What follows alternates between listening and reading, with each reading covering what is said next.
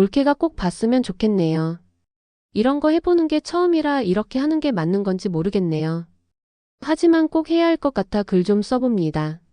저는 남동생 장가 보내고 여느 보통날을 보내고 있는 35살 큰 시누이입니다. 작년 저희 집은 5월에 신부를 맞이했습니다. 남동생이 결혼을 했거든요. 고된 시집살이로 깊은 상처가 있는 저희 부모님한테 늘 싹싹하게 먼저 같이 해주세요. 같이 가요 하실래요? 물어주는 올케는 저와 동생에게 거의 천사 같은 존재였습니다. 저는 성격이 무뚝뚝하고 동생은 할머니가 워낙에 끼고 돌아서 어머니랑 좀 대면 하거든요. 이야기를 하기 전에 부끄럽지만 저희 집 이야기를 해야 할 것 같습니다. 저희 아버지는 7대 독자로 집의 기둥 절대 권력자이십니다. 물론 할머니가 살아있었을 적에만요. 불행인지 다행인지 가부장사고와 남존여비 사상 그 자체였던 할머니와 달리 아버지는 가부장적이지도 남존여비 사상을 갖고 계시지도 않았습니다. 그래서 할머니와 마찰이 잦았고 엄마는 할머니한테 더 미움을 받으셔야 했죠. 앞서 말했듯 아버지는 7대 독자이셨고 할머니는 무조건 첫째는 아들이어야 한다는 생각을 가지고 계신 분이었습니다. 그런데 여자인 제가 첫째로 태어났고 할머니는 그 자리에서 미역국을 몽땅 엎어버리셨죠. 엄마는 너무 무서워서 아이를 방금 낳은 몸으로 뛰쳐나와 숨었다고 하셨습니다. 아버지가 저녁에 몰래 끓여온 미역국으로 몸을 추스리고 산후우울증에 시달렸던 엄마는 처음으로 자살을 시도하셨다고 했습니다. 아버지는 그런 엄마의 모습을 보고 많이 충격을 받으셨고요. 동생이 태어나고는 더 심했습니다. 사내 아이를 낳았다고 하자마자 할머니께서는 엄마 품에 한 번도 안겨보지 못한 동생을 데리고 본가로 들어가 버리셨습니다. 엄마인데 엄마는 자기 아들 얼굴을 3살 때야 처음으로 보셨다고 하더라고요. 하기야 제가 유치원 다니면서 그린 그림에 엄마 아빠 저 이렇게 딸랑 있으니 얼마나 못 보게 한 건지 짐작이 갑니다. 아버지가 제발 그러지 말라고 우리 아들인데 왜 어머니가 데려가 키우느냐고 따졌던 게 생각나네요. 그 시골집 대문부터 아버지가 도끼로 찍어서 다 부수고 들어가도 할머니는 끝까지 버티셨어요. 유년 시절 중고등학교를 다닐 때도 엄마가 아니라 할머니가 남동생을 옆에 끼고 키웠으니 엄마와 동생이 대면 할 수밖에 없었습니다. 할머니가 돌아가시고 동생이 저희 집으로 들어올 수 있게 되자 동생이 말했습니다. 할머니가 매일 밤 엄마 욕을 그렇게 해대서 자기는 엄마가 뿔 달린 괴물이라도 되는 줄 알았다고요. 엄마랑 동생 얼굴이 정말 판박이처럼 똑같은데 장례식장에서 동생이 엄마를 보자마자 알았더랍니다. 우리 엄마구나 생각이 들었대요. 그렇게 시집살이가 두 분한테 참 큰 상처였습니다. 워낙에 크게 데이셨다 보니 제가 결혼하는 것도 크게 바라지 않으셨고 지금까지 결혼 생각이 없어 미혼으로 남아있는 제게 결혼해라 혼자 살면 외롭다 그런 말들 한 번도 하지 않으셨습니다. 오히려 노후 준비 잘하라고 조언해 주셨죠. 크크크. 이렇다 보니 저희 집에는 시집살이가 없습니다.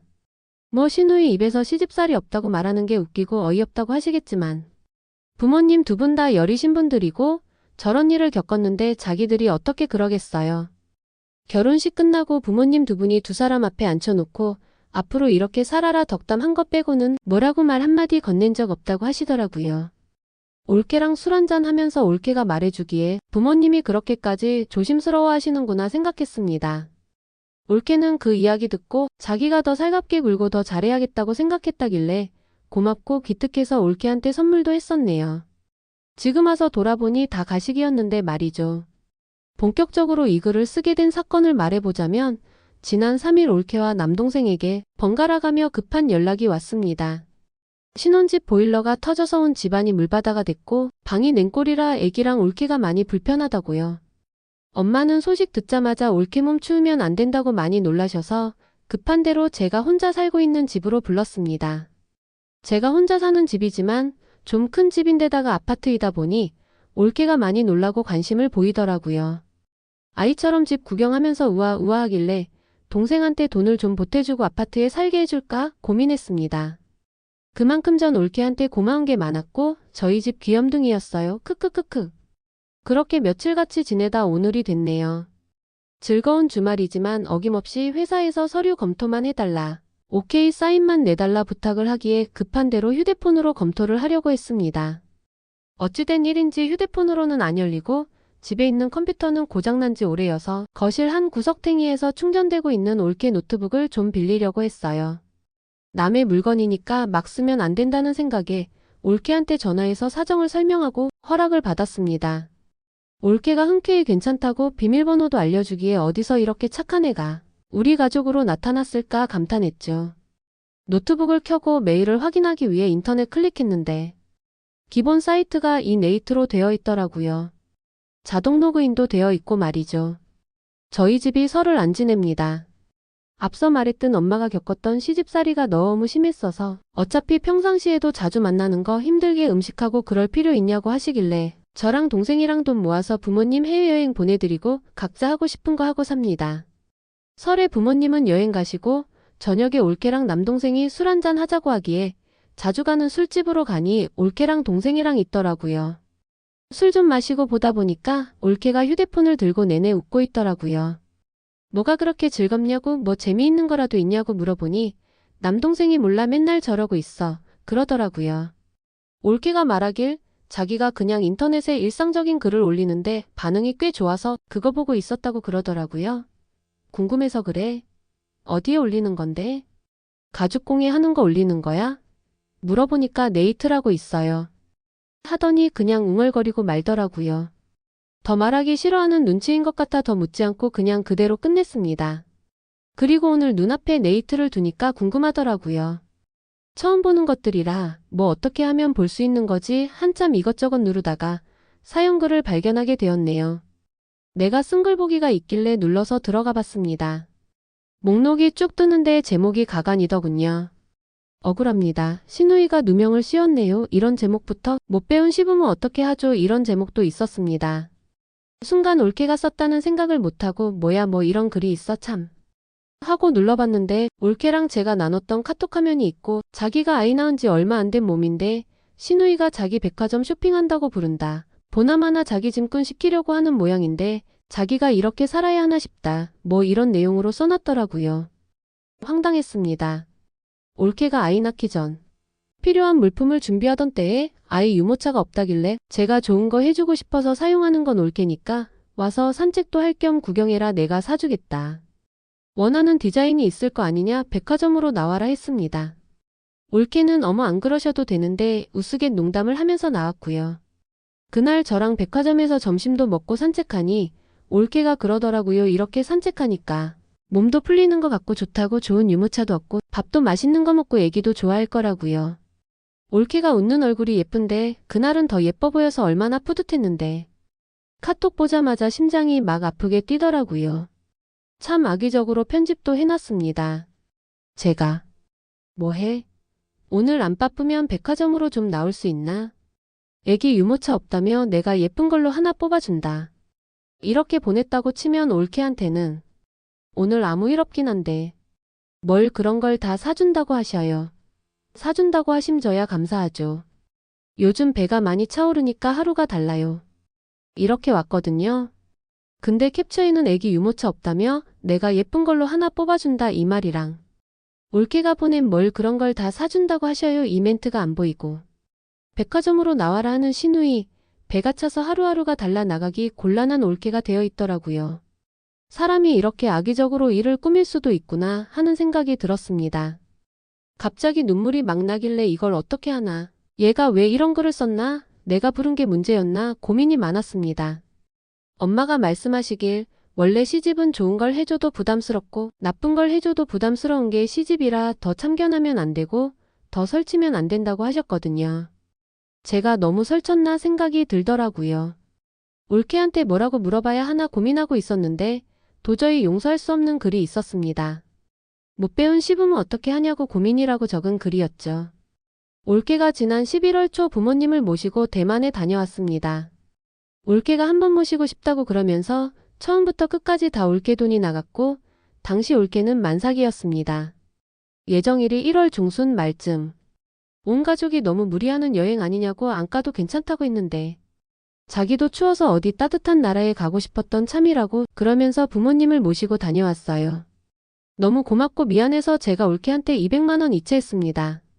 올케는 또 왜 그런 걸 보내느냐고 자기 무시하느냐고 막 불같이 화를 내더라고요. 시부모님 여행시켜드리는데 자기가 그게 왜 돈 받을 일이냐고 하면서요. 올케가 200만 원 다시 이체했고 저는 또 올케한테 진하게 감동받았습니다. 대만에서 올케가 부모님한테 카카오톡도 알려주고 하는 법도 가르쳐주면서 엄마가 사진을 보내셨는데 웃고 있는 아버지 엄마 올케 보면서 참 고맙고 부럽고 그렇더라고요. 나도 저렇게 좀 밝고 살가운 딸이었으면 좋았을 텐데 생각이 들었습니다. 무엇보다도 올케가 존경스러웠어요. 어찌 보면 저보다 더 어른스러웠고 엄마 아버지도 올케 앞에서 더 많이 웃고 편하게 말하는 것 같았으니까요. 올케가 쓴 글에는 이때가 적혀 있었어요. 원래는 자기 몸 좀 데우려고 계획했던 여행이다. 근데 눈치 없이 시부모가 끼어들었다. 남편도 은근 같이 갔으면 하는 눈치라 같이 가게 됐는데 공항에서 지나가는 사람마다 말을 걸고 자리 배치하는데 이거는 뭐냐, 이거는 안 되냐, 이거 해달라 졸랐답니다. 말도 안 되는 게 저희 부모님 비행기 저보다 더 많이 타셨어요. 설이면 저랑 동생이 돈 모아서 해외여행 보내드린 게 벌써 7년, 8년쯤 됩니다. 설 때 여행 가느라 탄 횟수만 해도 7번일 거고 올케가 보내준 여행처럼 저나 동생이 여행 보내드린 거 포함하면 좋기 15번은 될 거예요. 짐 찾는 것도 어려워하지 않으시고 전자티켓도 뽑으시는 분인데 이거 뭐냐 안 되냐 해달라 졸랐을 거라고 생각하지 않았습니다. 너무 서러워서 부모님한테 전화해서 물어보니 역시 아니라고 하시네요. 부모님 놀랄까봐 그냥 사진보다 생각났다고 올케 남산만한 배를 하고서 엄마 아버지 그렇게 호강시켜준 거 대단한 거 같다고 말하니 엄마가 참 고마운 일이라고 늘 감사해야 한다고 말씀하셨습니다. 가슴이 아팠어요. 엄마가 그렇게 감사해 하는 올케는 인터넷에 자기 입맛대로 사람을 바꾸고 그 글을 보면 당연히 손가락질 할 수밖에 없더라고요. 세상에 만삭인 며느리를 자기 여행 가야 한다고 데리고 가는 사람이라니. 듣는 것도 헛소리가 나는데 올케는 그 헛소리 나는 사람을 자기 시부모로 만들었네요. 영아, 너 결혼한다고 처음에 인사 왔을 때 우리 엄마 아빠가 너한테 얼마나 잘해줬니? 꼬박꼬박 존댓말 쓰고 결혼하고 나서도 너 부담스럽다고 전화 한 번 안 하신 분들이야. 네가 말했지 자기가 많은 배려를 받고 있는 거 안다고? 그러니까 자기가 딸처럼 잘하겠다고. 내가 고맙다고 울면서 말할 때 너 뭐라고 했니? 울지 말라고 네가 더 잘하겠다고 했지.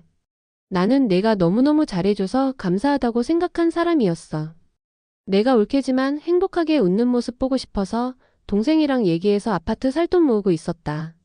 우리 부모님 데리고 여행 가고 온천 가고 나보다 더 딸 노릇하는 너 아파트 해주려고. 근데 너는 어떻게 했니? 어떻게 앞에서는 웃고 좋은 말에 좋은 행동 보여줬으면서 뒤에서는 그럴 수가 있니? 내가 보여줬던 미소가 어디까지가 진실이고 어디까지가 거짓인지 모르겠다. 동생한테는 이미 다 말했어. 오해라느니 뭐라느니 변명은 안 했으면 좋겠다.